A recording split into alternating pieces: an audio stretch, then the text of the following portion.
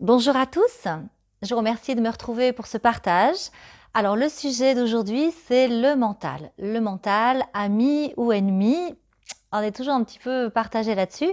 Alors le mental, c'est vrai qu'il prend beaucoup de place dans nos vies. On l'utilise énormément, d'ailleurs un petit peu trop. Donc du coup, on a des fois tendance à dire oui, je pense trop, j'utilise trop ma tête, ça me prend la tête. Voilà, il y a des tas d'expressions comme ça où on se rend compte que finalement l'énergie mentale est un petit peu prépondérante et effectivement, quand il y a trop d'un côté, forcément ça peut déséquilibrer le reste aussi. Alors cette énergie mentale, elle est néanmoins utile. Parce que sans notre mental, on va avoir du mal à organiser les choses là, dans la matière, dans notre vie de tous les jours, dans notre quotidien. On a besoin de cognition, on a besoin d'apprendre, on a besoin de réflexion, on a besoin d'anticiper, on a besoin de tas de choses comme ça. Là où peut-être il y a un petit quelque chose qui ne va pas, c'est que effectivement, comme je vous le disais tout à l'heure, on l'utilise peut-être un petit peu trop. Alors, qu'est-ce qui se passe quand il y a trop de mental qui est là? Alors souvent, on peut avoir, pas comme une idée fixe, mais un petit focus sur quelque chose et du coup, avoir un petit peu de tension quand on va penser à quelque chose parce que ça nous titille, ça nous contrarie, on a besoin de résoudre quelque chose et donc du coup, ce mental va être un petit peu plus actif. Et quand le mental est très actif de cette façon-là, en fait, il vient répondre à quoi? Il vient répondre à nos problématiques, il vient répondre à nos peurs, il vient répondre à nos tensions.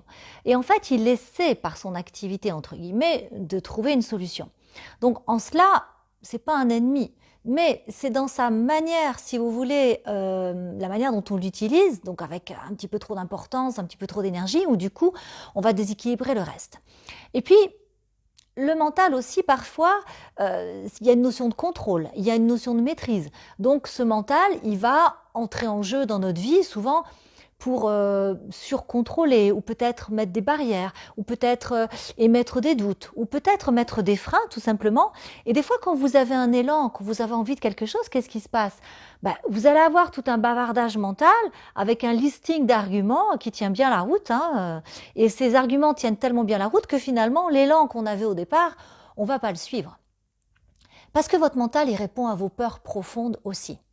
Ça veut dire que si à un moment donné, j'ai peur de quelque chose, je peux avoir l'élan d'y aller. Je peux avoir l'élan peut-être d'une relation amoureuse, je peux avoir l'élan de me lancer dans un job, etc. Voilà, quelque chose qui vous pousse en avant. Et parce qu'il y a des peurs, votre mental va répondre à ces peurs et va vous dire non, non, attention, hein, peut-être t'es pas capable, peut-être t'as pas assez d'argent, peut-être t'as pas le temps, peut-être t'es pas à la hauteur, tatati, tatata. Voilà, des tas d'arguments qui vont faire qu'à un moment donné, vous y croyez à ces arguments. Ils sont tellement bien ficelés qu'à un moment donné, eh ben, l'élan, on va pas le suivre. Et du coup, on va freiner et on va pas faire ce qu'on avait envie de faire. Et regardez bien dans vos vies. Il y a certainement plein de fois où vous avez eu des élans et après, il y a le discours mental qui arrive.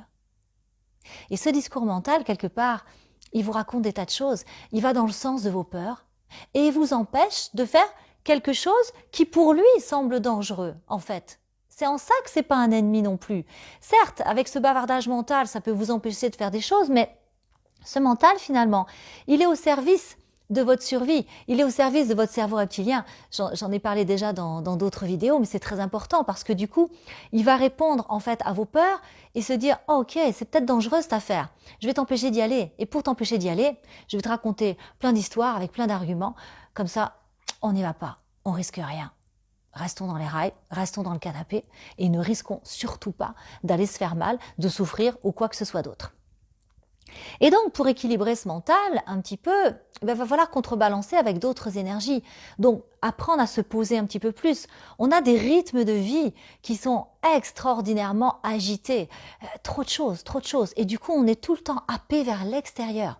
Votre conscience est happée vers l'extérieur, les obligations, les contraintes, voilà, ce à quoi il faut répondre. Et donc du coup, du soir au matin, on est centré vraiment sur l'activité, sur le mouvement, en fait sur ce monde-là qui nous demande effectivement beaucoup de rentabilité, beaucoup d'efficacité et beaucoup de choses à faire dans la journée.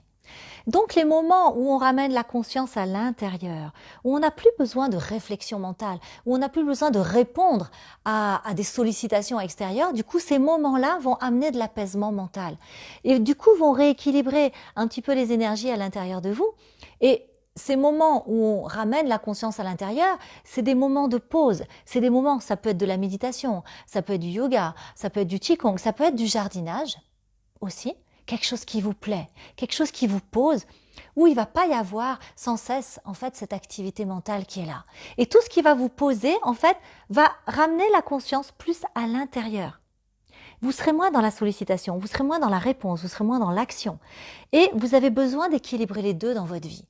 Parce que si vous êtes trop sur l'extérieur, même dans votre sommeil, vous êtes encore trop agité, il y en a qui grincent des dents, il y en a qui ont une activité physique, même la nuit, ça bouge beaucoup.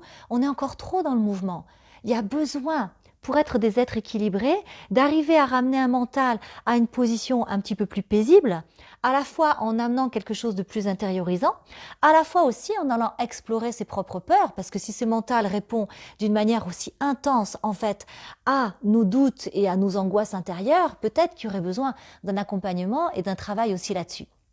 Donc vous voyez, ce mental, il est ni ami ni ennemi, et en fait, il peut être les deux, mais peut-être juste à retrouver sa juste place dans notre vie, sa juste place en fait pour qu'il y ait d'autres choses aussi, ce qui puisse s'épanouir simplement dans votre quotidien et trouver quelque chose de plus florissant pour vous. En tout cas, je vous le souhaite. Je vous invite simplement à de la réflexion, à voir un petit peu comment votre mental occupe peut-être un petit peu trop de place dans votre vie. Quelle place vous donnez aussi à ce qui amène plus de conscience, à ce qui amène plus d'intériorisation pour arriver à trouver un meilleur équilibre. En tout cas, je vous le souhaite. Je vous remercie de m'avoir écouté. Je vous souhaite le meilleur sur votre chemin. À très bientôt. Je vous embrasse.